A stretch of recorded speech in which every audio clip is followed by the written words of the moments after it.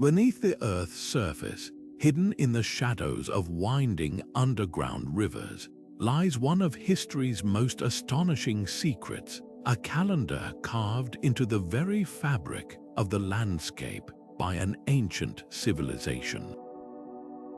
Picture this, a people so deeply connected to time and nature that they didn't just track the days with stones or carvings. They built their entire calendar into the flow and shape of subterranean waterways. This isn't a legend or a fragment of myth. It's real, and it challenges everything we thought we knew about how ancient societies measured and honored time. What kind of civilization could achieve such a feat? How did they harness the rhythm of water, the pull of the stars, and the turn of the seasons to create something so precise, so enduring? The answers lie in a forgotten world of engineering brilliance and cosmic understanding, where water wasn't just a resource, it was a living, breathing clock. These underground rivers weren't merely channels for survival. They were maps of time itself, etched into the earth with a level of sophistication that still leaves modern researchers in awe. This is the story of a people who saw time as something fluid, something to be woven into the very world around them. And as we unravel their secrets, you'll discover how their calendar wasn't just a tool, it was a testament to their bond with the universe. From the way they aligned their waterways with celestial events to the hidden chambers where priests and astronomers decoded the whispers of the earth, every detail reveals a culture far ahead of its time. So let's step into the darkness together, where the past flows as surely as water, and where the echoes of an ancient calendar still mark the passage of days, centuries after its creators vanished. What we find might just change how you see history and time forever. The first hints of this underground calendar came not from a grand excavation, but from a simple observation, one that almost slipped past unnoticed. Archaeologists working in the labyrinth of caves initially paid little attention to the faint lines scratched into the damp stone walls. At first glance, they resembled erosion marks or the idle scratches of ancient travelers. But something about their spacing felt intentional. When researchers returned with high-resolution laser scanners, the truth began to emerge. Those seemingly random lines formed precise patterns, repeating at intervals that matched the cycles of the moon. What sealed the discovery was the realization that the river's path itself was part of the design. Using three-dimensional mapping, scientists found that the tunnels curved and branched in ways that mirrored celestial movements. Narrow passages corresponded with solstices, where sunlight would penetrate just once a year, striking specific carvings like a sundial. Wider chambers aligned with equinoxes, their walls etched with symbols that tracked the shifting stars. This wasn't just a calendar, it was an entire astronomical observatory hidden beneath the Earth. The reason it took so long to recognize, modern assumptions blinded us. Scholars expected ancient timekeeping to rely on surface monuments like Stonehenge or the pyramids. No one imagined a civilization would engineer time into something as fluid as a river. Yet here was proof, a culture that saw water as more than a resource. It was their ink, and the earth their parchment. Advanced LiDAR technology finally revealed the full scope, showing how chambers and channels formed interlocking gears of a hydrological clock. Perhaps most astonishing was how they compensated for seasonal changes in water flow. Carvings near submerged tunnels marked flood cycles, while drier passages tracked drought periods. Every twist in the river, every chamber's echo served a purpose. This wasn't just measurement, it was a dialogue with nature, a way of binding time to the land itself. The deeper researchers looked, the clearer it became. These people didn't just observe time, they wove it into the world around them, creating a calendar that flowed as surely as the rivers they revered. The true genius of this underground calendar system wasn't just in its design, it was in the flawless execution. Imagine standing in one of these tunnels during the rainy season, watching water rise inch by inch along precisely carved markers, each line corresponding to a specific day or celestial event.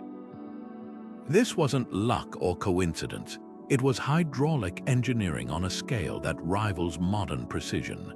To achieve this, the civilization had to master two seemingly impossible challenges: controlling the flow of water without pumps or pipes, and aligning that flow with the cosmos using nothing but stone, gravity, and observation.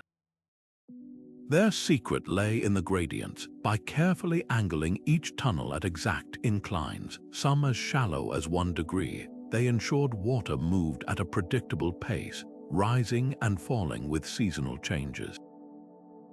Archaeologists found evidence of trial and error, sections where ancient engineers had adjusted the slope by fractions of an inch, smoothing surfaces to reduce turbulence. The materials they chose were just as deliberate. Certain chambers were lined with a unique clay mixture that expanded during wet seasons, subtly altering the water's path to compensate for increased flow. In drier months, the clay contracted, guiding water through narrower channels to maintain consistent timing. But the real marvel was their integration of astronomy into hydraulics. Key junctions in the tunnels weren't just functional, they were mathematical. Using nothing but knotted ropes and shadow markers, these builders calculated angles that allowed sunlight to penetrate deep underground only on solstices or equinoxes, illuminating specific carvings like a celestial spotlight. One chamber, now called the Gate of the Winter Sun, funnels a single beam of light onto a carved spiral for exactly 17 minutes each year, a feat requiring knowledge of solar declination we didn't think ancient cultures possessed.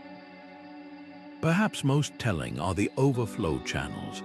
Modern engineers expected to find simple drainage, but instead discovered a network of secondary tunnels acting like a hydraulic computer. During heavy rains, excess water would divert into these passages, triggering a cascade that reset certain calendar markers, a physical representation of leap years or lunar corrections. This wasn't just a calendar tracking time passively.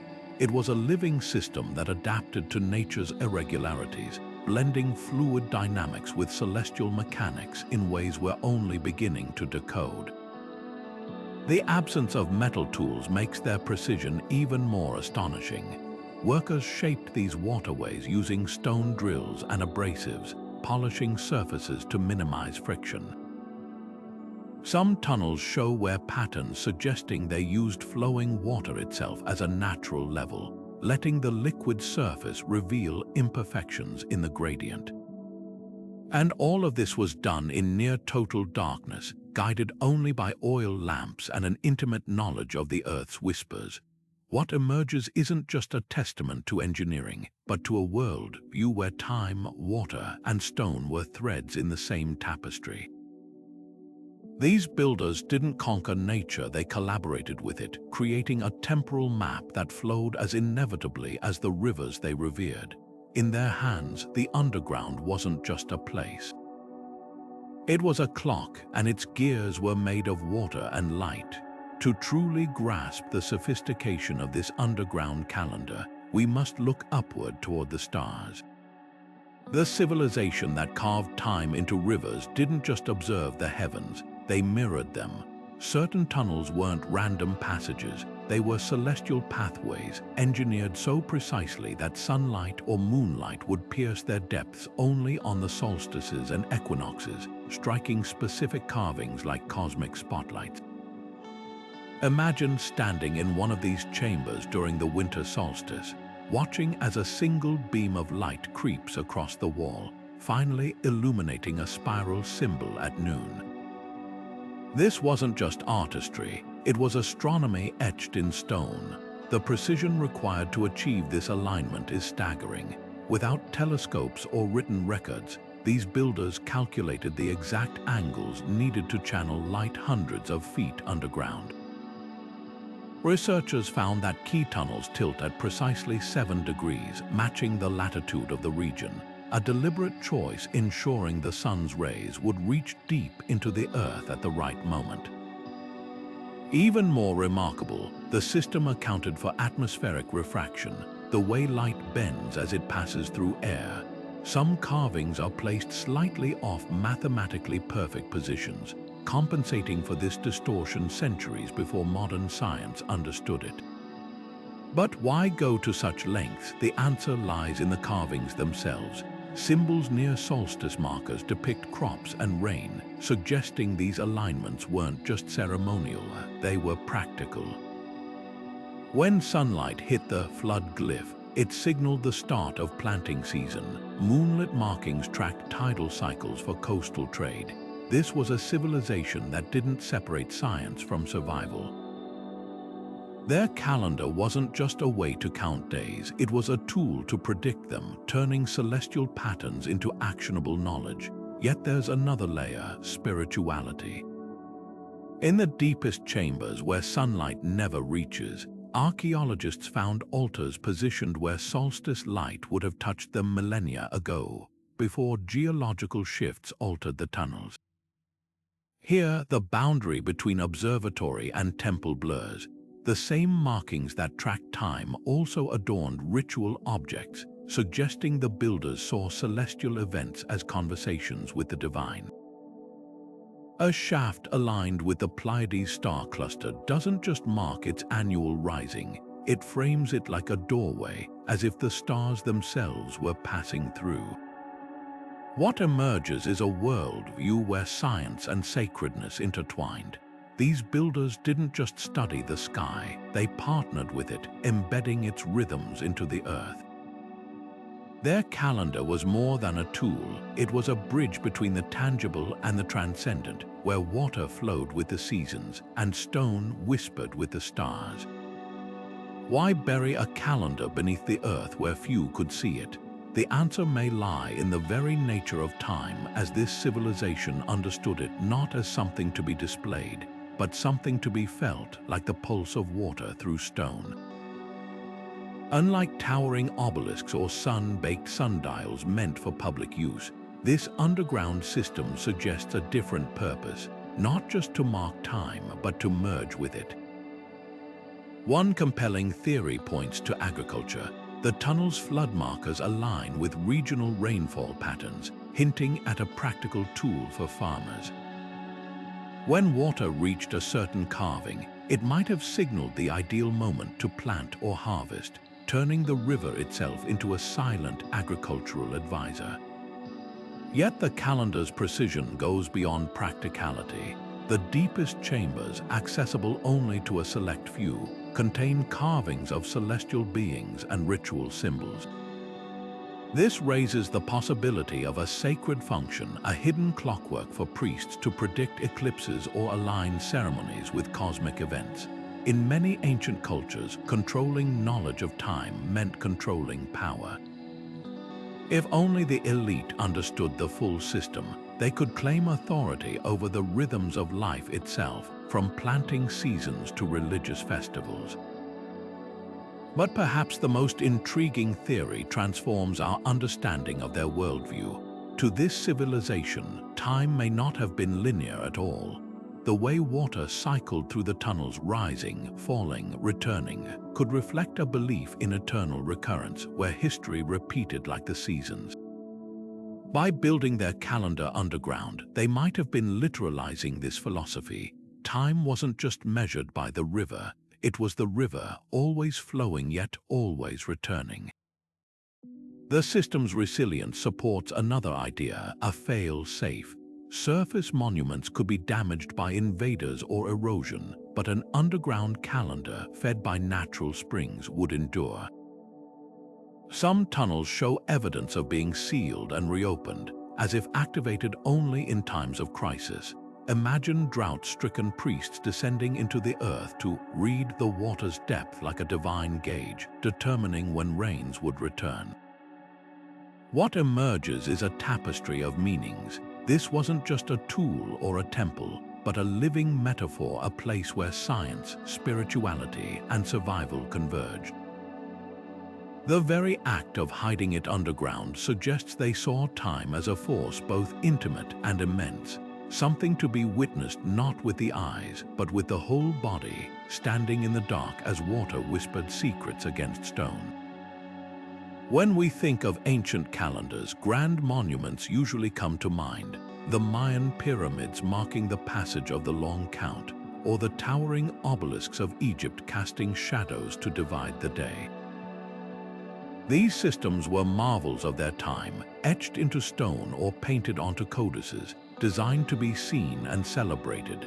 But the civilization that built its calendar into underground rivers took an entirely different path. Instead of marking time above ground where it could be observed by all, they hid it beneath the earth, turning the very flow of water into a living, breathing clock. This wasn't just a difference in design, it was a fundamental shift in how time itself was understood. Take the Mayan long count, for example. Its intricate cycles of days and epochs were recorded in bark paper books or carved into temple walls, meant to be read and interpreted by scribes and priests. The Egyptians, too, relied on visibility. Their solar calendar tracked the annual flooding of the Nile using star alignments and shadow clocks. Both systems were brilliant, but both existed separate from the natural forces they measured. What makes the underground river calendar so extraordinary is that it didn't just track time, it embodied it. Water wasn't a passive marker. It was the mechanism itself, rising and falling with the seasons, its movement inseparable from the passage of days. This integration gave the system unique advantages. While surface-based calendars could be disrupted by weather, war, or erosion, the underground rivers flowed uninterrupted, shielded from the chaos above. The Mayans might lose a codex to fire, or the Egyptians an obelisk to invasion, but water, once channeled into stone, would keep its rhythm for centuries. Even more strikingly, this calendar adapted on its own. Unlike rigid stone alignments that required manual adjustment, the waterways responded naturally to environmental changes. A drought would lower the water level, shifting the markers not as a flaw, but as a feature, ensuring the calendar always reflected real-world conditions. Culturally, the contrast is just as revealing. The Mayans saw time as a sacred wheel, turning through cycles of creation and destruction. The Egyptians tied it to the divine authority of pharaohs, who claimed mastery over the Nile's floods. But this underground civilization, their calendar suggests a humility, a belief that time wasn't something to be controlled or proclaimed, but something to be lived within, like the currents of a river. By weaving their calendar into the landscape, they acknowledged their dependence on the Earth's rhythms, crafting a system that was as much about harmony as it was about measurement. Perhaps the most telling difference lies in accessibility. Other ancient calendars were tools of power, their secrets guarded by elites, but a river doesn't discriminate. Its flow could be read by anyone who understood its language, farmers noting the rise of flood markers, or travelers using tunnel echoes to gauge the hour. This wasn't time kept by kings for kings. It was time shared with the land itself, a silent collaboration between civilization and nature. What emerges isn't just a technical achievement, but a philosophical one. Where others built calendars to conquer time, this civilization built one to converse with it. Their system didn't just stand apart in design, it stood apart in spirit, revealing a world where time wasn't counted, but felt, where the Earth's heartbeat pulsed through water, and where the sky's wisdom flowed underground. The carvings that line these underground rivers are far more than simple notches in stone. They form a complex visual language, one that speaks in spirals, animals, and celestial shapes.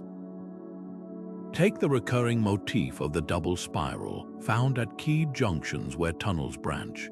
At first glance, it seems decorative, but laser scans revealed these spirals align with solstice sunlight, their curves matching the sun's annual path across the sky. One theory suggests they represent the cyclical nature of time itself, a visual echo of the river's endless flow.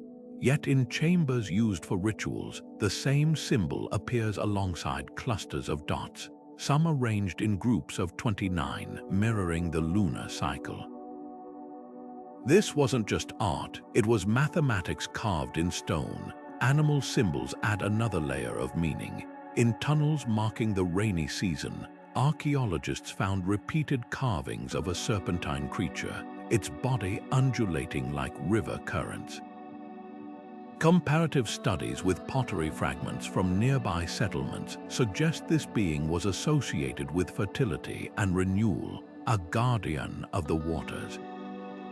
But in deeper, drier passages, the serpent gives way to a stooped bird, its beak pointing toward carvings of withered plants. The contrast is striking, two creatures marking abundance and scarcity, their placements corresponding to flood and drought markers in the rock. Then there are the geometric patterns, grids of intersecting lines that initially baffled researchers. Infrared imaging showed these weren't random scratches but precise maps of celestial events.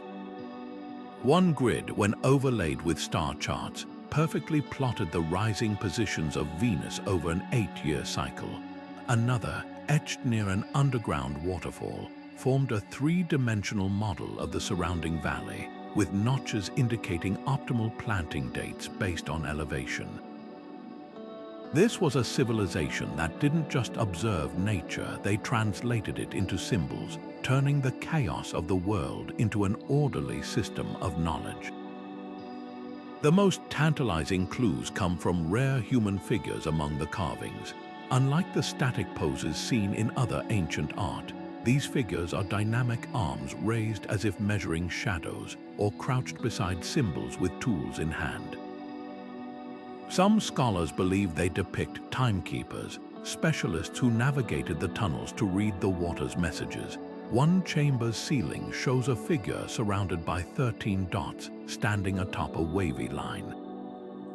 Nearby settlements have yielded ceremonial staffs with similar markings, suggesting these individuals held roles blending science and spirituality, perhaps announcing when the river's whispers signaled a festival or harvest. What emerges is a language without alphabets where meaning flowed through shape and placement. A zigzag might track rainfall in one context, yet in another, represent the path of the Milky Way. By comparing these symbols to artifacts from the civilization's few surviving above-ground structures, researchers noticed a pattern. The same motifs appeared on agricultural tools, temple walls, and even children's toys. This wasn't a secret code reserved for elites. It was a shared vocabulary of time, woven into daily life, a way for an entire culture to speak in the rhythms of earth and sky. The true breakthrough came when linguists recognized how the symbols conversed with one another. A bird near a spiral might signify the end of planting season, while that same spiral beside a grid could warn of an approaching celestial event. This combinatorial system mirrors how modern languages build meaning through word order, except here, the grammar was spatial, with relationships defined by the river's flow. A symbol's power depended on where it was placed, when the water touched it, and what light revealed it. Perhaps most poignant are the unfinished carvings lines left abruptly incomplete, as if the artisans were interrupted. Some tunnels show signs of being sealed deliberately, their symbols hidden behind collapsed rock. Was this an act of preservation, a response to some long-forgotten crisis? The answers may lie in the few fragments of this civilization's oral traditions passed down through neighboring cultures. One legend speaks of the river that remembers, its stones said to hold the voices of ancestors. If true, these carvings weren't just a calendar, They were a library, a hymn, a conversation across centuries, all flowing silently in the dark. For this civilization, water wasn't just a resource, it was a living bridge between the earthly and the divine. The way they channeled it underground wasn't merely engineering. It was an act of reverence. Archaeologists have found alcoves along the river tunnels where offerings were placed, ceramic vessels filled with seeds, tiny gold figurines shaped like raindrops, even the bones of fish arranged in circular patterns. These weren't random deposits. They clustered near carvings of spirals and stars, suggesting water was seen as a sacred messenger, carrying prayers to the gods as surely as it carried time through the stone. The sound of water itself may have held spiritual power. In certain chambers, the tunnels narrow abruptly, creating cascades that echo like distant voices. Experiments with acoustic mapping reveal these spots amplify specific frequencies, tones that match the intervals found in the civilization's few surviving musical instruments. It's as if the river wasn't just measured, but listened to, its rhythms interpreted as whispers from another realm. One particularly striking tunnel bends in a way that causes flowing water to produce a pulsing hum during the summer solstice, a phenomenon that would have transformed the space into a natural cathedral of sound once a year. Light played an equally mystical role. In chambers where sunlight penetrates, the interplay of reflections on water creates fleeting patterns, dancing shapes that align with carvings only at certain times. A shaft discovered in 2018 funnels light onto a pool so still, it acts as a mirror, projecting celestial symbols onto the ceiling during equinoxes. Here, the boundary between practical and sacred blurs entirely. The same markings that tracked lunar cycles also adorned priestly garments found in nearby tombs, suggesting those who read the calendar weren't just scholars, they were intermediaries, decoding messages from the cosmos in ripples and shadows. Yet water's sacredness didn't exclude utility. The civilization's genius lay in blending spiritual and survival needs seamlessly. Seasonal flood markers double as ritual sites where seeds were blessed before planting. A tunnel leading to a grain storage chamber is etched with waves and stalks, as if acknowledging water's role in the harvest. Even the act of maintenance may have been ceremonial. Grooves in some walls show repetitive polishing, likely from hands running over the stone during cleansings or prayers. This wasn't just upkeep, it was communion. The most poignant evidence comes from a chamber deep beneath the earth, where a natural spring emerges. Unlike other tunnels, this space shows no carvings, no markers, just a smooth stone basin filled with water so clear, it reflects the ceiling like glass. Soil analysis revealed traces of cacao and flowers, substances used in sacred rites across ancient cultures. Here, perhaps, was the heart of their belief, a place where water existed purely as itself, unmeasured yet holy. A reminder that before it was a clock, it was a gift, one that flowed through their lives, their land, and their understanding of time itself. What emerges is a world view where every drop carried dual meaning. The same current that marked the days also carried offerings to the gods. The same reflections that predicted solstices illuminated rituals. In their hands, engineering became devotion, and timekeeping became a dialogue with the divine. The underground rivers weren't just their calendar, they were their covenant with the universe, written in water, etched in stone, and flowing with the quiet certainty of faith. Centuries after its creation, the underground river calendar slipped into silence, not with a dramatic collapse, but with a slow fade, as if time itself had erased its makers. The question isn't just how this happened, but why a civilization capable of such precision left no clear record of its own demise. Unlike the abrupt ruins of Pompeii or the sacked cities of Mesopotamia, this disappearance feels hauntingly deliberate, like a clock whose gears simply stopped turning. One theory points to environmental catastrophe.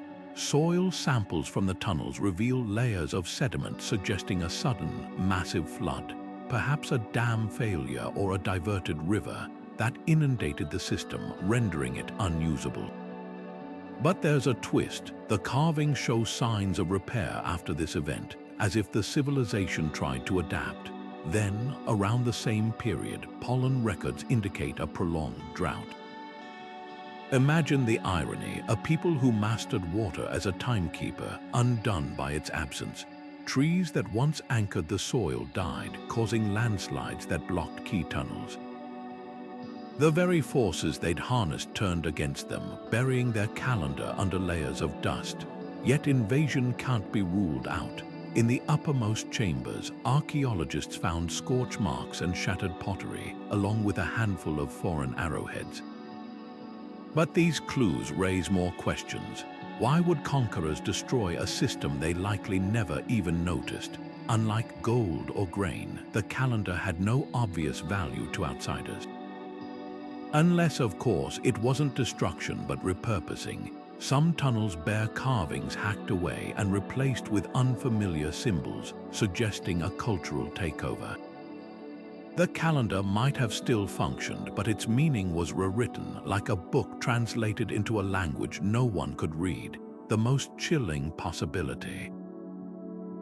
They chose to vanish. In one sealed chamber, researchers uncovered a stack of stones arranged in a spiral, not a natural collapse, but a deliberate barricade. Behind it lay tools neatly stacked, as if waiting for workers who never returned. Nearby, a final carving shows a procession of figures descending deeper into the earth, their outlines fading into unmarked stone. Was this an exodus, a retreat from a surface world grown too hostile, or a ritual act sealing knowledge they believed too powerful to leave unprotected? The rediscovery of their calendar offers a paradoxical lesson. While other civilizations built monuments to endure, these people embedded their legacy in something fluid, trusting water and stone to carry their memory. Their downfall wasn't a failure of engineering, but a reminder that no system, no matter how brilliant, outlasts the world it's built upon. The tunnels still mark time, even now. The water still rises, only the readers are gone. Modern technology is breathing new life into these ancient waterways, revealing layers of sophistication that earlier explorers could only guess at. Archaeologists now wield tools like LiDAR, sending laser pulses through dense jungle canopies to map the river tunnels from above without disturbing a single stone. Where teams once relied on torches and measuring tapes, three-dimensional mapping software reconstructs entire chambers in minutes, highlighting alignments invisible to the naked eye.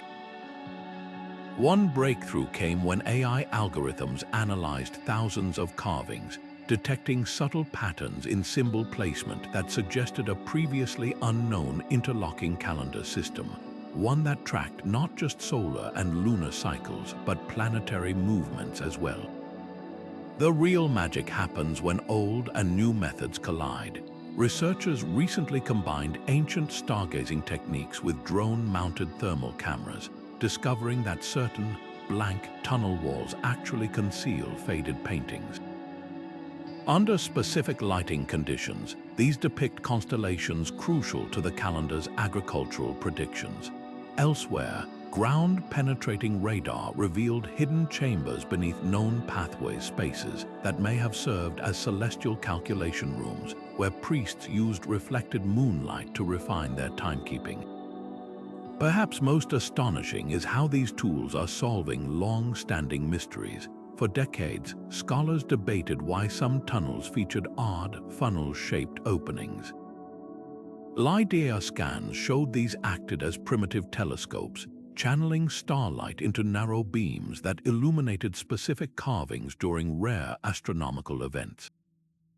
Another enigma, the purpose of perfectly spherical stones found in certain chambers, was solved when 3D modeling demonstrated they functioned as primitive projectors, casting magnified star patterns onto walls when filled with water.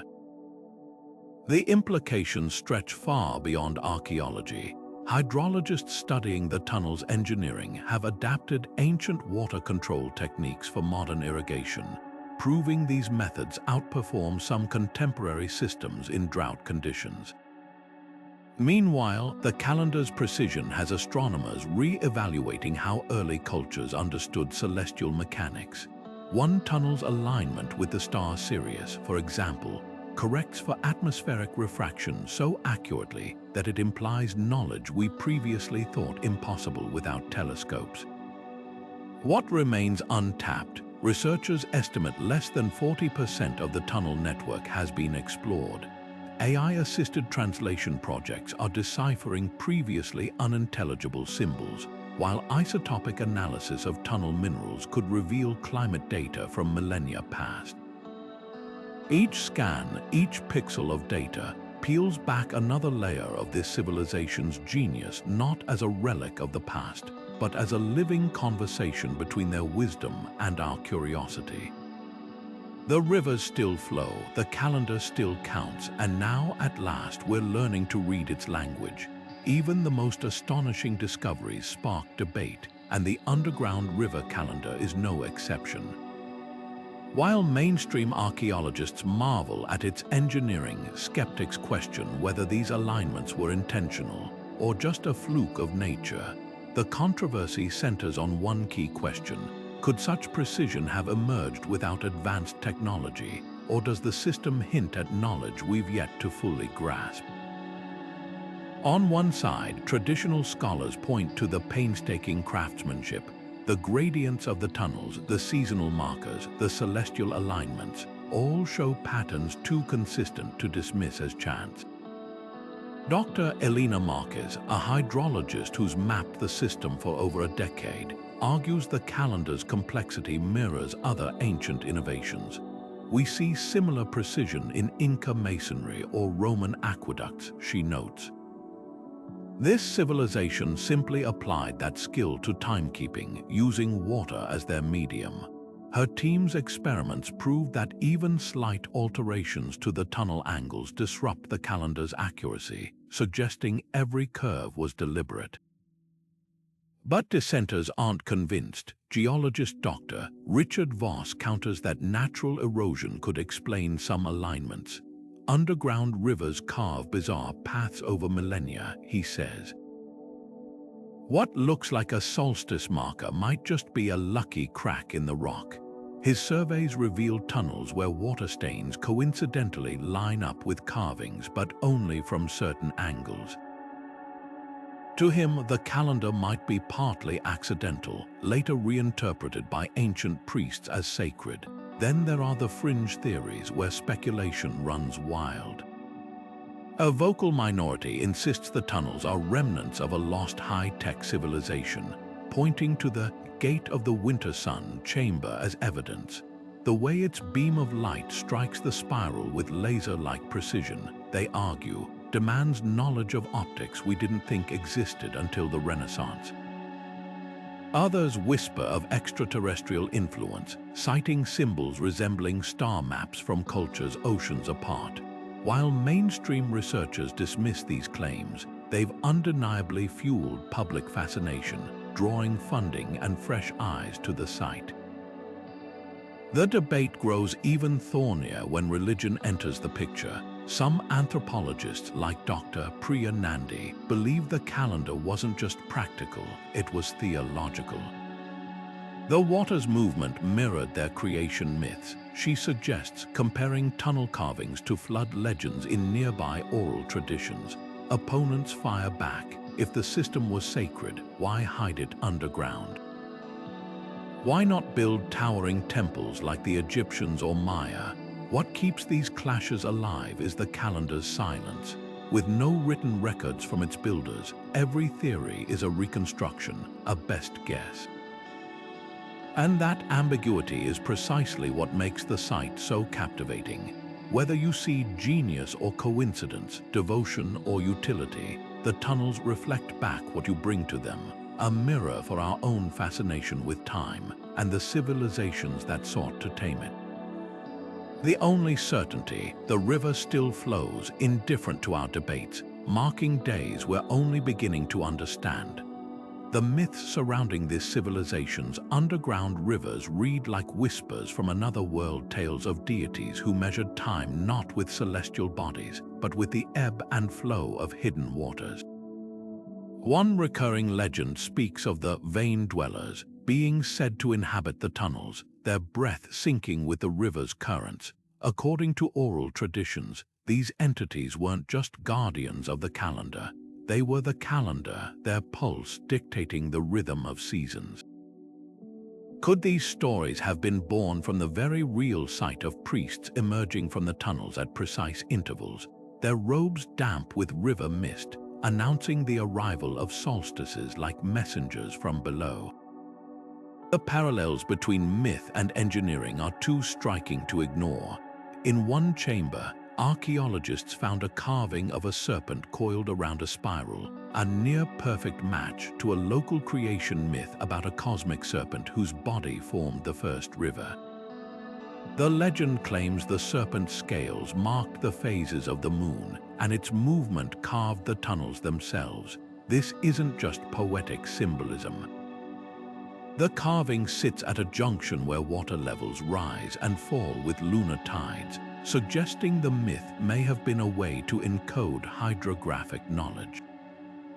For a culture without written records, storytelling wasn't just entertainment. It was a living textbook passed down through generations.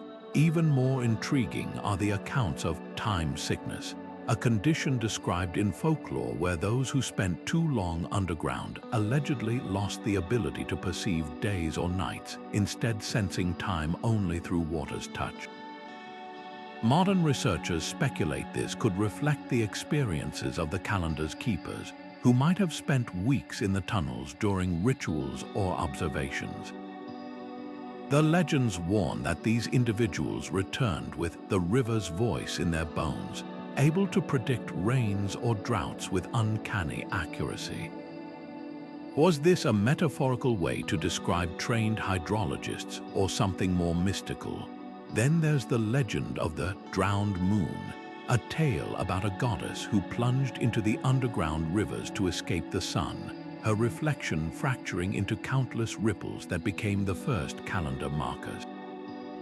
This story mirrors the actual phenomenon of light reflecting off water in narrow tunnels, creating shimmering patterns that align with carvings during equinoxes.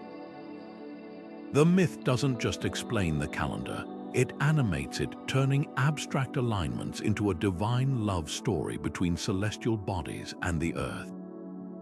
The blur between history and legend deepens with discoveries like the Chamber of Echoing Steps, where footfalls produce strange, delayed reverberations.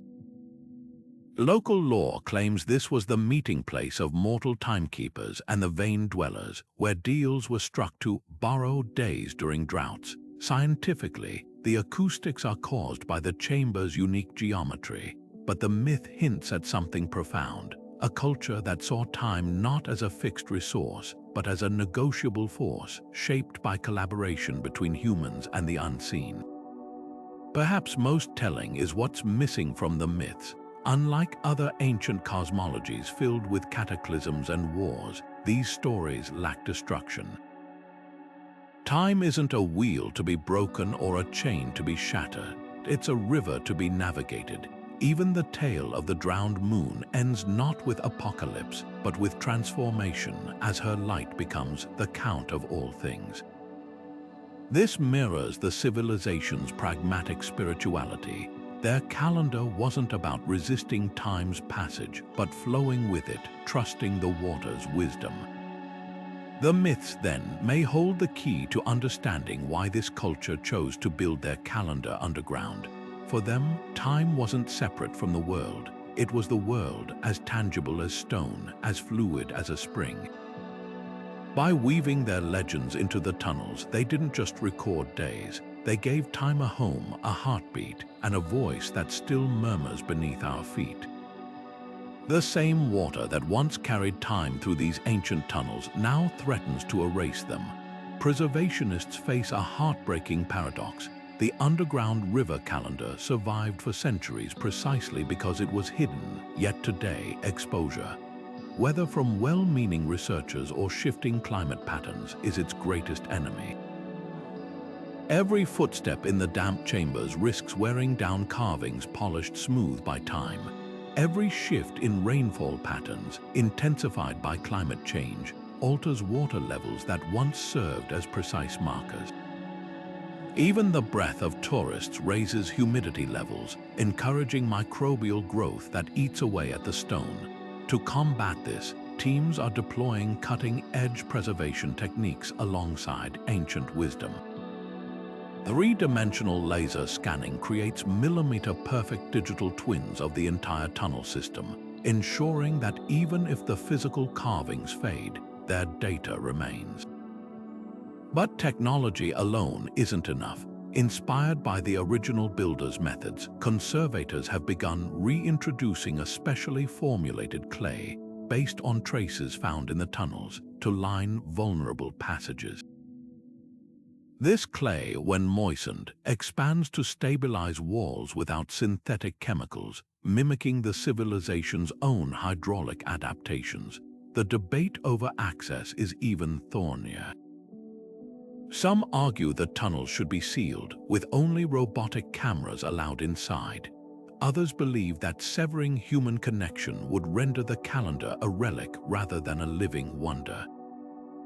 A compromise now limits visits to small groups during the driest months, guided by descendants of the region's indigenous communities, whose oral traditions still hold fragments of the calendar's meaning. Climate change looms as the most unpredictable threat. Rising temperatures have already altered water tables, submerging some markers permanently while leaving others dry. Unseasonal rains flood chambers that once stayed predictably moist, washing away fragile pigments. Scientists monitor these changes with sensor networks, but the calendar's genius lay in its responsiveness, a quality modern interventions struggle to replicate. One radical proposal suggests redirecting a nearby river to restore original flow patterns, though critics warn this could destabilize the entire system. Perhaps the most poignant preservation effort isn't physical at all. Linguists and elders are collaborating to reconstruct the calendar's symbolic language, pairing tunnel carvings with surviving folk songs and farming rituals. In one village, farmers still plant when certain constellations appear, a tradition researchers now realize was once synchronized with water levels in the tunnels. By reweaving these broken connections, conservation becomes more than saving stone. It's reviving a dialogue between land and sky that defined a civilization. The urgency of these efforts reflects a hard truth. We're not just protecting the past, we're safeguarding a testament to human ingenuity that still has lessons to teach about sustainability, about resilience, about seeing time not as something to conquer, but to harmonize with. The rivers keep flowing, but their whispers grow fainter. The race to listen isn't just about history, it's about remembering how to hear. Stepping into the tunnels today feels like crossing a threshold between worlds. The air is cool and thick with the scent of wet stone, the only sound the distant echo of water dripping through ancient channels. Visitors enter through a carefully stabilized opening where modern lighting, kept deliberately dim, reveals the first carvings, a series of spirals worn smooth by centuries of flowing water, their curves still sharp enough to catch the light at precise angles. Guides, often local historians or descendants of nearby communities, point out how these symbols align with solstice markers, their positions verified by archaeologists using laser projections. It's one thing to read about the calendar's precision, it's another to watch a beam of sunlight filtered through a narrow shaft land perfectly on a carving you can touch. The journey isn't for the faint of heart. Some passages require crouching or shuffling sideways, the walls close enough to feel the chill of the rock through your clothes. In one chamber, visitors are asked to pause in darkness just for a moment before guides ignite a single oil lamp, replicating the conditions under which the original timekeepers worked. The flickering light reveals a ceiling studded with star-like carvings, their arrangement matching the night sky on the summer solstice 2,000 years ago.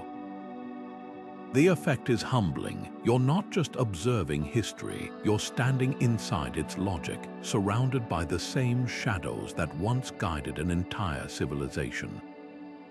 Acoustics play a surprising role in the experience. In the Chamber of Echoes, guides demonstrate how a clap or chant reverberates in staggered waves, a phenomenon the builders likely used to measure intervals.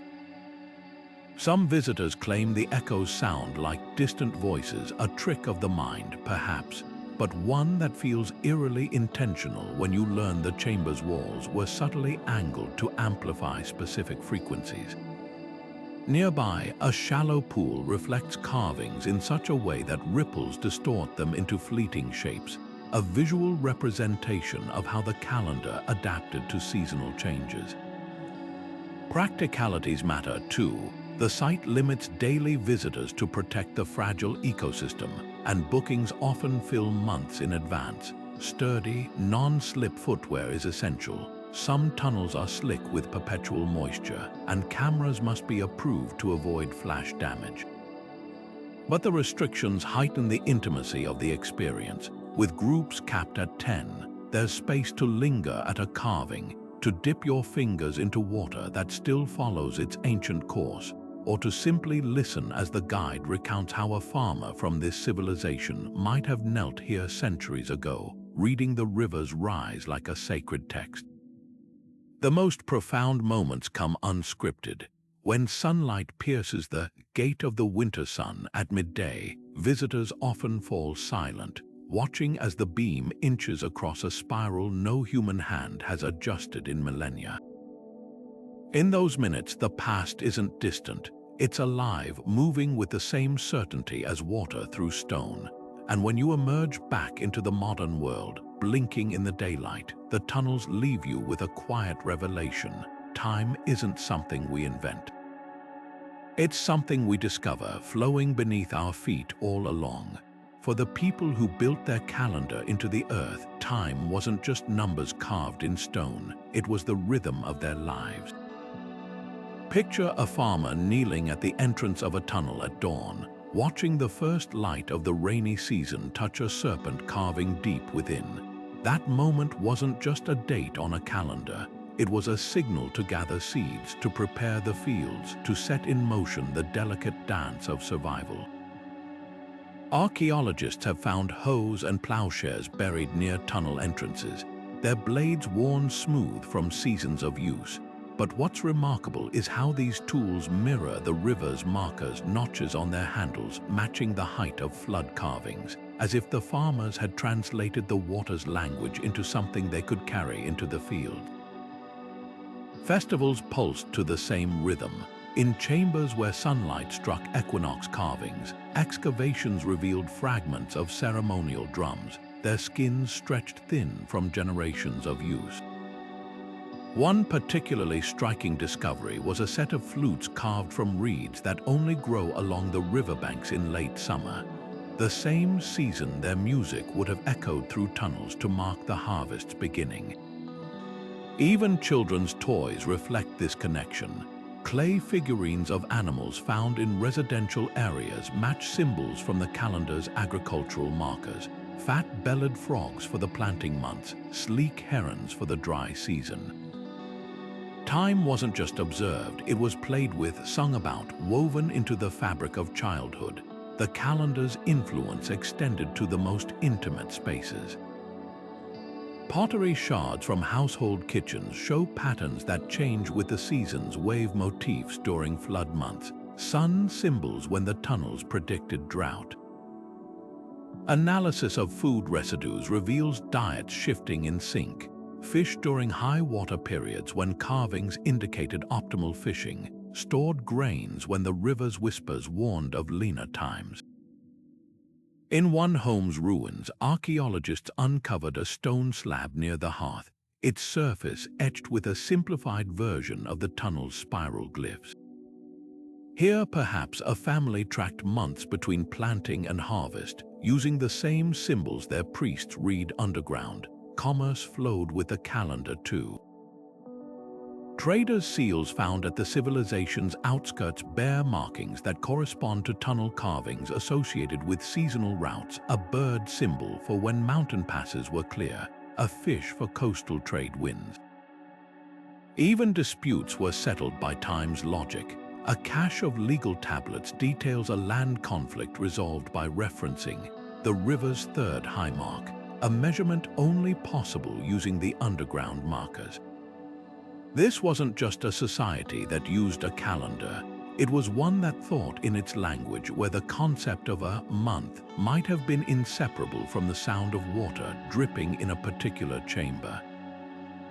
The most haunting evidence comes from the burial sites. Graves align with solstice tunnels, their occupants facing the direction of equinox sunlight.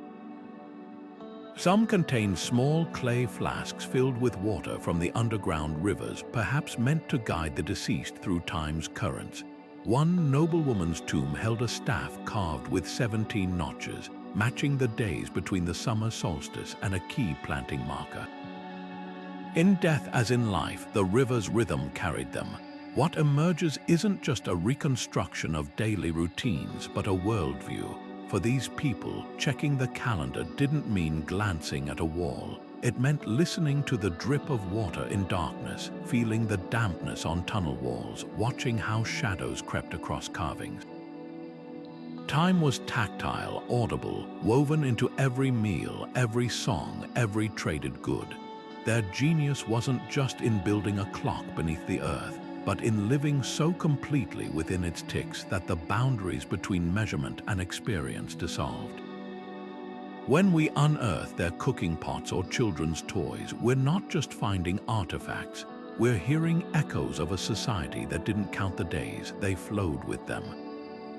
The reach of this underground river calendar might have extended far beyond its creator's homeland.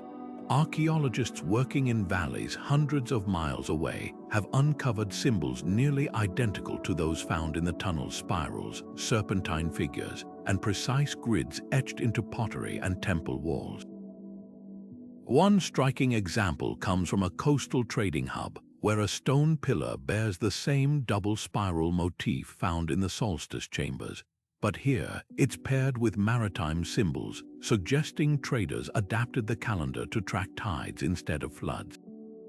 Even more telling are clay tablets from a neighboring kingdom, detailing a water clock beneath the earth, used to predict monsoon seasons.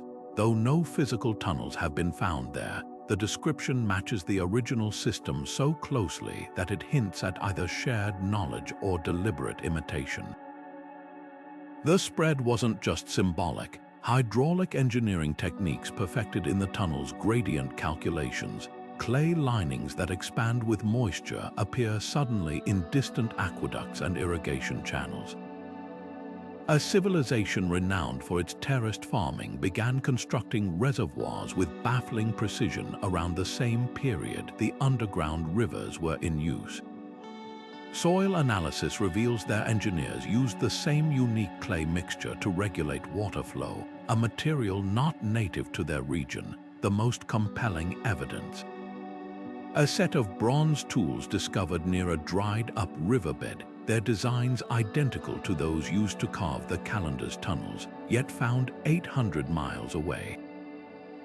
Trade routes likely carried these ideas. Excavations along ancient merchant paths have yielded weights and measures marked with tunnel calendar symbols, standardized across regions that otherwise had no written language in common.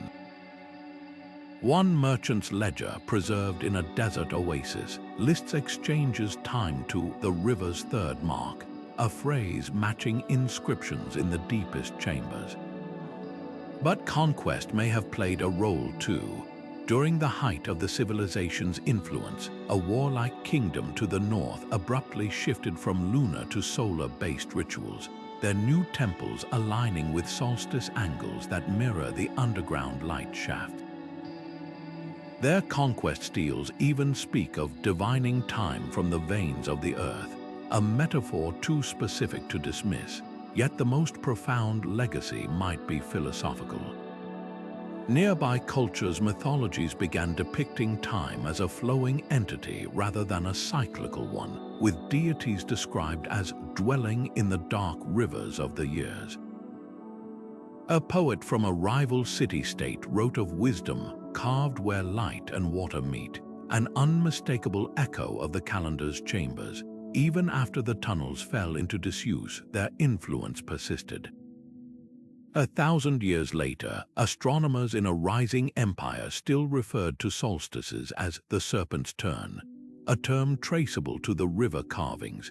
The underground calendar's true impact, then, might not lie in copied symbols or borrowed engineering, but in something far subtler, a reshaping of how entire civilizations perceived time itself. What began as a network of tunnels became a network of ideas, flowing as irresistibly as water through stone. Even after decades of study, the underground river calendar guards its deepest secrets as fiercely as the tunnels guard their shadows. Who were the masterminds behind this hydrological marvel? Despite uncovering tools, artifacts, and even skeletal remains near the site, archaeologists still can't definitively link the calendar to any known ancient civilization. The pottery styles don't match neighboring cultures, and the few recovered inscriptions use symbols unlike any regional writing system. Some researchers suggest these builders may have been a deliberately isolated group, water priests who separated themselves to perfect their craft, leaving little trace beyond the tunnels themselves. Others argue the lack of above-ground ruins hints at a catastrophic event that erased their cities, leaving only the buried calendar intact. The system's accuracy raises another tantalizing question. Just how precise was it? Modern tests confirm solstice alignments within minutes of astronomical events, but could it track longer cycles?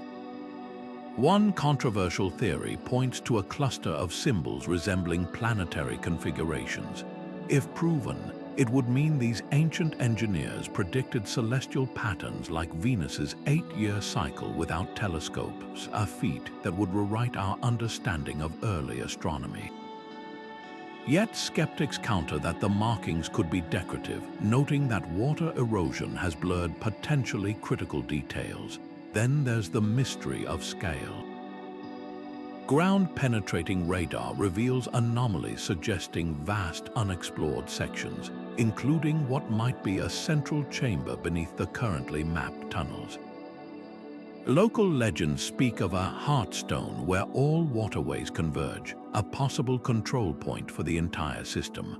But accessing these areas poses risks. Flooding one passage could destabilize others, leaving researchers to wonder if the calendar's full complexity will ever be revealed.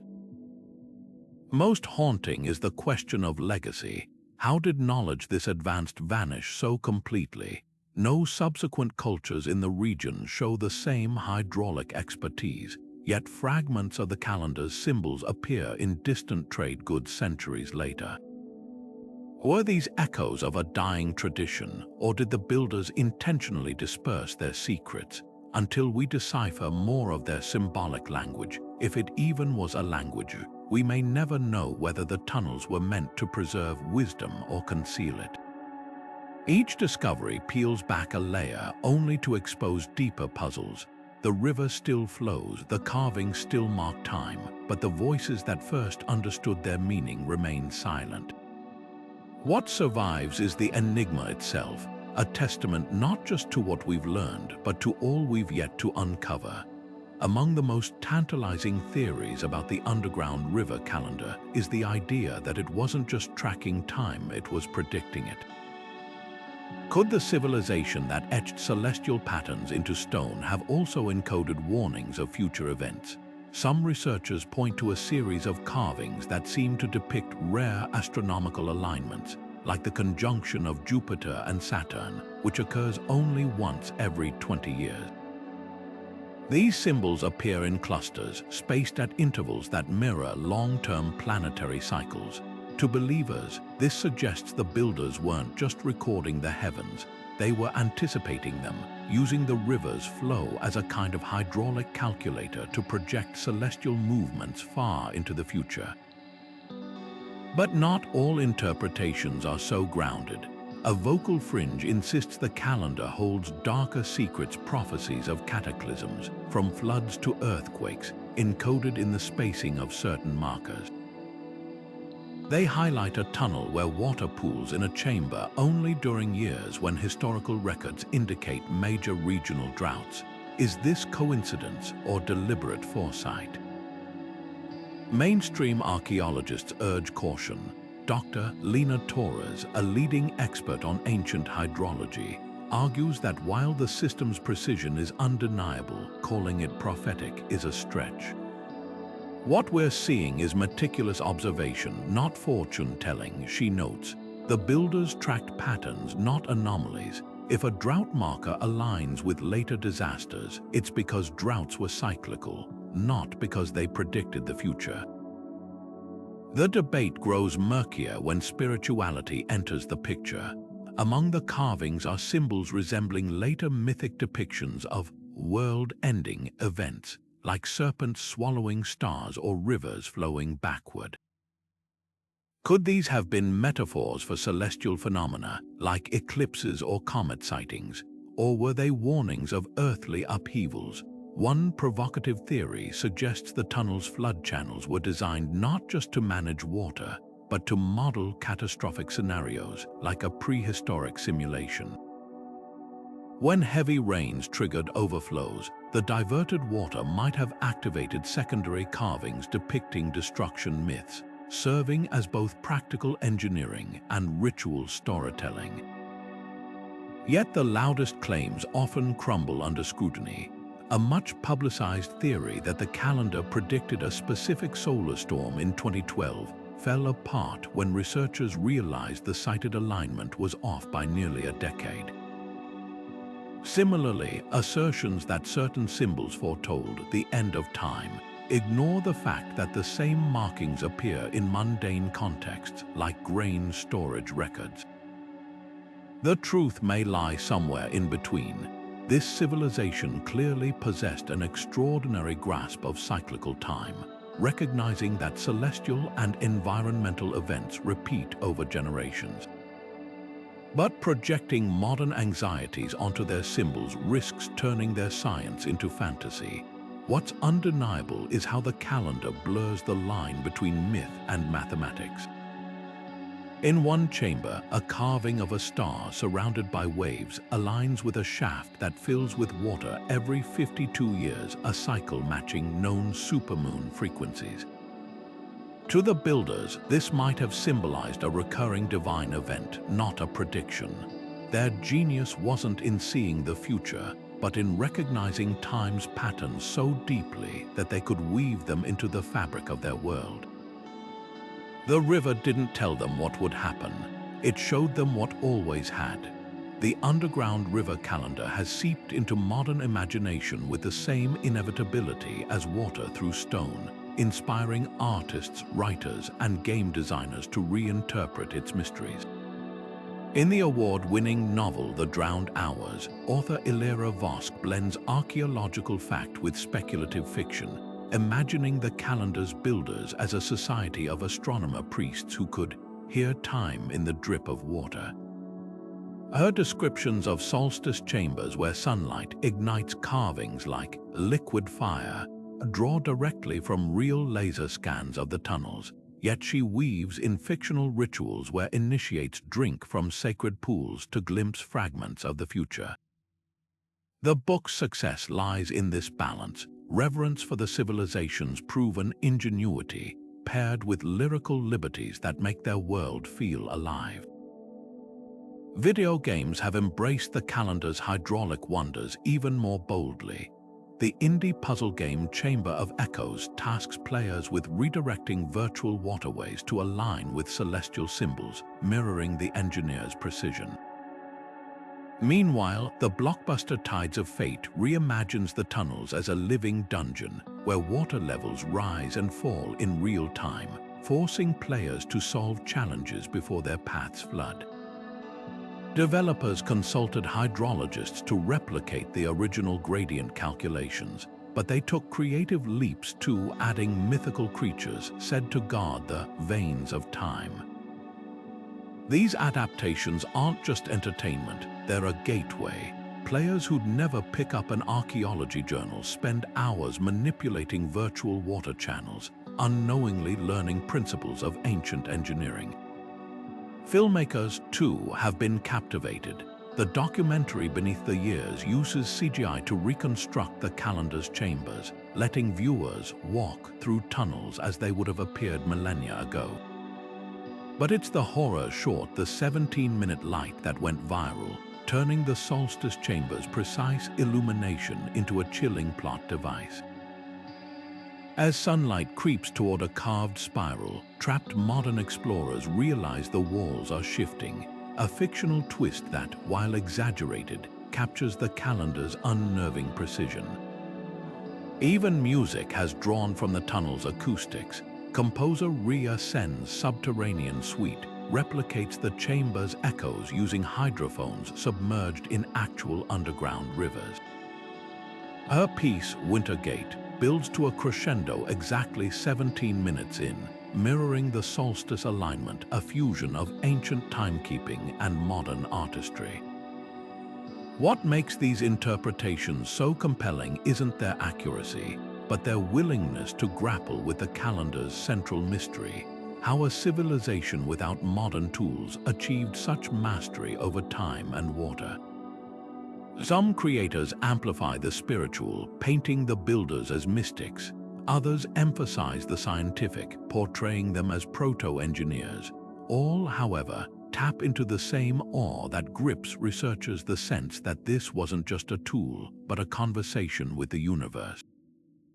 The calendar's pop culture presence does more than entertain. It reshapes public understanding, turning academic concepts into shared stories. After The Drowned Hours topped bestseller lists, visits to the real tunnels spiked by 300%. Tides of Fate players flooded archaeology forums with questions about hydraulic engineering. This cultural feedback loop is vital. Fiction sparks curiosity, curiosity fuels research, and research inspires new fiction. The calendar, once hidden in darkness, now lives in the light of collective imagination, not as a relic, but as a mirror reflecting our own fascination with time's relentless flow. The civilization that turned rivers into calendars didn't just master nature, they collaborated with it, crafting a system where sustainability wasn't an afterthought, but the foundation of survival. Unlike modern engineering that often forces landscapes into submission, damming rivers, draining wetlands, their approach was one of dialogue. They didn't conquer the water, they listened to it, designing channels that worked with seasonal flows rather than against them. Today, as climate change exposes the fragility of our rigid infrastructure, their methods feel less like ancient history and more like a blueprint for resilience. Take their use of expanding clay linings, which adjusted to wet and dry seasons without human intervention.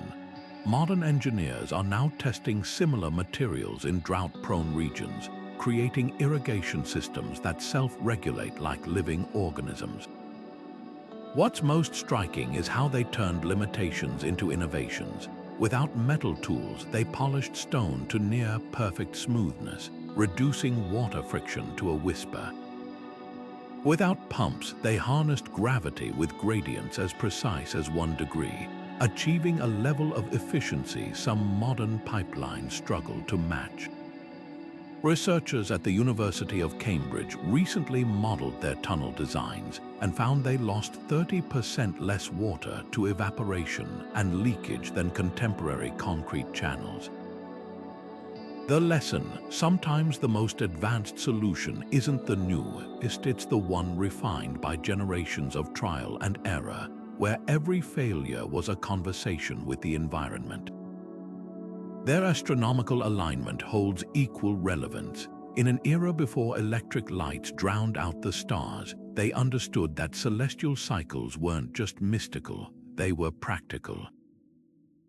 Planting seasons, flood warnings, even trade winds were all tied to the movements of stars and water. Modern agriculture, reliant on artificial inputs and detached from natural rhythms, could learn from this intimacy. Farms in Portugal's Alentejo region have already begun experimenting with celestial planting calendars, timing crop cycles to lunar phases as the ancient tunnels once did. Early results show a 20% reduction in irrigation needs as crops sync with natural moisture cycles. Yet the most profound legacy isn't technical, it's philosophical. This civilization didn't see sustainability as sacrifice, but as symbiosis. Their calendar wasn't separate from daily life. It was daily life woven into cooking pots, children's toys, and market trades. Compare that to today's eco-initiatives, where green living often feels like a separate category, reusable cups bought on the way to a gas-guzzling commute. Their worldview challenges us to ask, what if sustainability wasn't a choice but the underlying logic of everything we built? The tunnels whisper a final, urgent truth: adaptability is survival. When droughts came, they adjusted the calendar's markers. When floods shifted the rivers, they recalibrated. In our era of climate upheaval, that flexibility is priceless. Dutch engineers designing floating cities cite the tunnel's flood channels as inspiration, while indigenous groups in the Amazon revive ancient water management techniques to combat deforestation. The past isn't just a museum, it's a toolkit waiting for us to rediscover its wisdom. The civilization that hid time underground left a message not in stone, but in water. To endure, we must flow. Documentaries exploring the underground river calendar face a delicate balancing act: how to honor the civilization's meticulous engineering while crafting a narrative compelling enough to captivate audiences. The BBC's Rivers of Time stands out for its painstaking accuracy, using 3D scans to reconstruct the tunnels exactly as they were, down to the millimeter. Viewers watch as sunlight, simulated with precision-timed projectors, strikes solstice carvings just as it would have millennia ago. But the series doesn't shy away from the gaps in our knowledge. When a historian admits, "We still don't know how they calculated the angles without telescopes," the moment feels less like a confession and more like an invitation, a reminder that some mysteries resist even the brightest spotlight. Contrast that with Secrets of the Lost Calendar, a streaming hit that leans into drama. While it gets the basics right, the hydraulic engineering, the celestial alignments, it inserts fictionalized scenes of priests divining the future from water ripples, complete with glowing symbols and ominous music. Archaeologists grumble about the embellishments, but educators note a curious side effect. Students who watch the show often dive into factual articles afterward, their curiosity piqued by the spectacle. It's a reminder that sometimes a spoonful of Hollywood helps the history go down. The most controversial portrayal comes from Ancient Apocalypse, which ties the calendar to a pseudoscientific narrative about advanced lost civilizations. While the episode showcases breathtaking drone footage of the tunnels, its claims about extraterrestrial influences overshadow the real genius of the builders. Critics argue this distorts public perception, but defenders counter that even flawed media can spark interest. After the episode aired, donations to preservation efforts spiked, proof that fascination, however misguided, can fuel progress. Where documentaries falter, indie films excel at atmosphere. The art house short The Keeper of the Spiral uses no narration, just the sounds of dripping water and footsteps echoing through chambers. By focusing on sensory immersion, the chill of the stone, the way lamplight flickers across carvings, it captures the calendar's spiritual essence better than any textbook explanation. Academics might quibble over details, but few dispute its emotional truth. This was a place where time felt sacred, tactile, alive. The challenge for filmmakers mirrors that of the original builders, how to translate complexity into something intuitive. When done right, the results resonate far beyond the screen. After National Geographic's Tunnel Visions aired, a team of engineers replicated the civilization's gradient techniques in a modern aqueduct project, proof that ancient innovation, when presented with clarity, can still shape the future. The best documentaries don't just document the calendar, they let it flow like water into the minds of a new generation. Strapping on a VR headset today can transport you straight into the heart of those ancient tunnels, where water still flows along carved markers and solstice light pierces the darkness just as it did millennia ago. Digital reconstructions like the River of Time project use laser-scanned data to recreate every gradient and carving with sub-millimeter accuracy, letting you crouch in virtual chambers where priests once tracked celestial events. The genius lies in the details. Tilt your head, and you'll notice how water ripples reflect off specific symbols during equinox simulations, or how your virtual footsteps echo differently in chambers designed to amplify sound. It's one thing to read about the calendar's precision. It's another to feel the weight of its ingenuity as you reach out and trace a spiral glyph with your hand, watching sunlight crawl across it in real time. These immersive experiences aren't just gaming gimmicks, they're rewriting how we engage with history. In the echoes of the Underworld VR tour, users can manipulate water flow using hand gestures, experimenting with the same hydraulic principles the builders mastered. Divert a virtual stream too sharply, and the system shows how the calendar's markers would fail, their alignment disrupted. It's a revelation that textbooks can't match. Suddenly, you're not just learning about ancient engineering. You're debugging it, grasping the consequences of every design choice in a way that sparks deeper curiosity. Educators report students who struggled with abstract archaeological concepts light up when they physically align a tunnel's angle to catch solstice light, whispering, "Oh, that's why they did it this way." Yet the true power of these reconstructions lies in their emotional resonance. Standing in a virtual chamber as the winter solstice light creeps toward its target, you're hit with a visceral sense of connection, not just to the builder's intellect but to their intentions.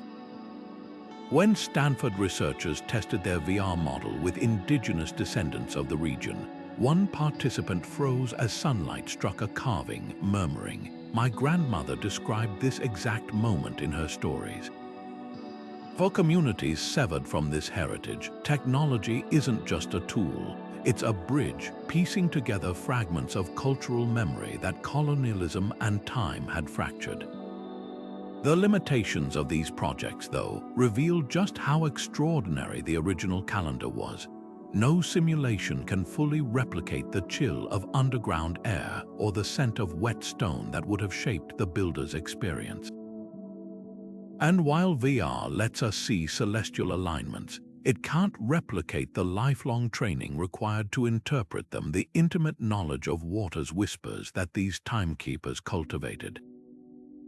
Some apps attempt to close this gap, like Tunnelkeepers, which layers oral histories over the 3D models, immersing users in folktales about the serpent glyphs as they navigate the passages.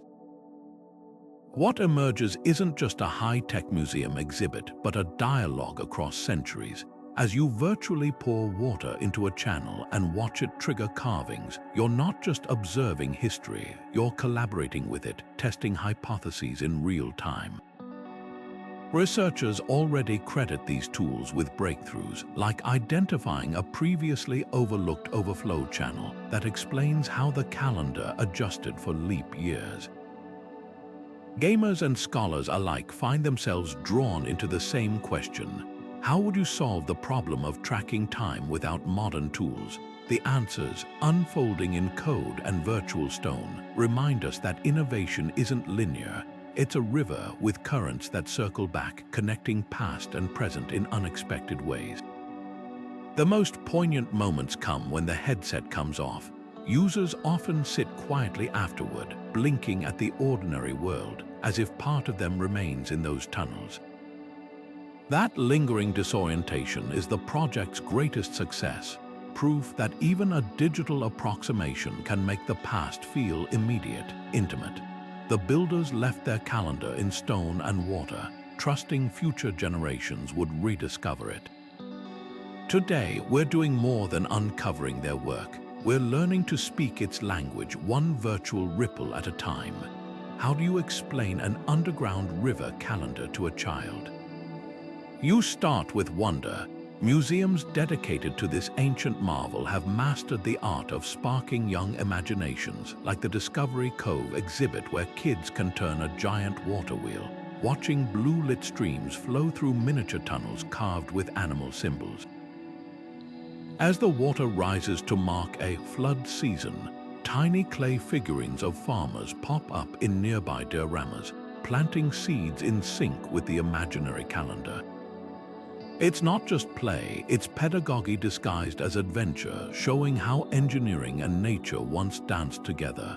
Books take a different approach, transforming complex hydraulics into bedtime stories.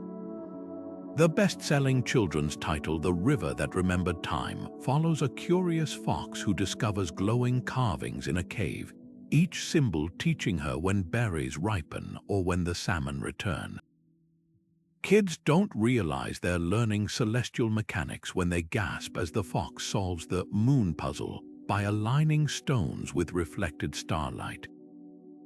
These adaptations work because they tap into universal childhood fascinations, hidden worlds, animal guides, and the thrill of cracking a code. Hands-on activities make the concepts tangible. At workshops in Mexico City, children build mini calendars using recycled bottles and colored sand, layering sediments to represent seasons. When they tilt their creations, rainwater, blue-dyed liquid flows past stick figure carvings, mirroring how ancient markers tracked floods. One teacher recalls a 6-year-old shouting, "Look, my river knows when to grow corn," a proof that simplicity doesn't dilute awe. Even board games get inventive. Tunnelkeepers, a cooperative game for ages 8 and up, has players work as a team to redirect water tiles before the solstice light reaches the end of the board, teaching resource management and ancient astronomy without a single worksheet. Why does this matter beyond cute moments? Because the calendar's greatest lesson isn't about the past, it's about perspective. In a world where kids swipe screens to see the time, this story rewires how they view technology. A third-grade class in Oregon built a sundial after learning about the tunnels, only for one student to ask, "Why don't we feel time anymore?" That question, raw and profound, is the gift these adaptations offer. They plant seeds of interdisciplinary thinking, where history isn't just dates, and science isn't just formulas, but parts of a living conversation between humans and the world. The most successful projects ditch simplification for translation. The animated series Echoes of the Earth doesn't shy away from showing priests calculating angles with knotted ropes. It just frames it as a treasure hunt. When young viewers see heroes racing to catch the sunbeam before it misses a carving, they're absorbing principles of geometry and patience. Even toy companies are innovating. STEM kits now include hydraulic calendar sets with adjustable tubes, letting kids experiment with gradients like ancient engineers. Failure is part of the fun. When their markers don't align, they're experiencing the same trial and error that shaped the original system. At its core, this isn't just about teaching history. It's about nurturing a generation that sees solutions where others see barriers. When a 7-year-old figures out how to make her calendar work by propping it on a pillow instead of forcing the water faster, she's not just playing. She's thinking like the builders did, listening to the water, adapting to the land, and remembering that sometimes time isn't just numbers on a screen. It's the whisper of a river flowing underground, waiting for curious minds to follow. The next chapter in uncovering this civilization's secrets is already being written not in stone, but in research proposals and expedition plans. Teams from 7 countries are preparing to descend into uncharted sections of the underground rivers, armed with technology that would have seemed like magic to the original builders. One upcoming project focuses on sediment cores, extracting layers of mineral deposits like pages from a geological diary. These samples could reveal climate patterns across millennia, showing how the civilization adapted their calendar to droughts or volcanic winters we've yet to discover. Another group is developing AI trained on the thousands of documented symbols, not just to translate them, but to predict where undiscovered carvings might lurk in unexplored tunnels based on spatial patterns. Early tests have flagged 3 high-probability chambers that expeditions will probe next year. The real game-changer, neutrino imaging, normally used to study volcanoes. This technology detects subtle density changes in rock, allowing researchers to see through hundreds of feet of stone without drilling. When deployed next season, it might reveal the rumored Heartstone Chamber, a hypothesized control center where multiple waterways converge. If found, it could be the Rosetta Stone of hydraulic timekeeping, showing how the entire system interconnected. Meanwhile, linguists are collaborating with indigenous elders to cross-reference tunnel symbols with surviving oral histories. One elder's recitation of a flood myth matched a carving sequence so precisely, it led archaeologists to a previously overlooked overflow channel. But the most tantalizing questions aren't just about the past. As we decode the calendar's water management techniques, modern cities are taking note. Rotterdam is piloting a smart canal system inspired by the tunnel's self-regulating gradients, while drought-stricken regions are testing clay linings based on ancient recipes. The calendar's genius wasn't just in tracking time. It was in creating a dialogue with nature that we're only now beginning to relearn. Every new discovery doesn't just illuminate the past, it offers tools for the future, whispered up through the darkness by a civilization that turned rivers into clocks. Beneath our feet, etched into the silent flow of underground rivers, lies a testament to human ingenuity so profound it reshapes how we see our own potential. The civilization that merged time with water didn't just leave behind a calendar, they left a challenge, a question carved in stone. What does it mean to live in harmony with the world's rhythms? Their genius wasn't just in tracking solstices or predicting floods, but in weaving those patterns into the fabric of daily life, turning survival into an act of artistry. Every alignment of sunlight, every carefully angled tunnel whispers the same truth, that innovation isn't about dominating nature, but collaborating with it. This legacy refuses to fade. Modern engineers study their gradient calculations to design flood-resistant cities. Astronomers marvel at celestial alignments achieved without telescopes. Even philosophers ponder their worldview, where time wasn't a line but a current flowing through everything. The tunnels remind us that the past isn't a locked door, it's a mirror reflecting possibilities we've forgotten. When a farmer in Portugal times crops by moon phases inspired by the calendar, or when a child builds a model tunnel in science class, the ancient builder's wisdom ripples forward, alive in new hands. Yet the greatest marvel might be how little we still know. For every chamber mapped, another waits in darkness. For every symbol decoded, 10 more guard their secrets. This isn't just archaeology, it's an invitation. An invitation to look closer at landscapes we thought we understood, to listen for the echoes of ingenuity in unexpected places.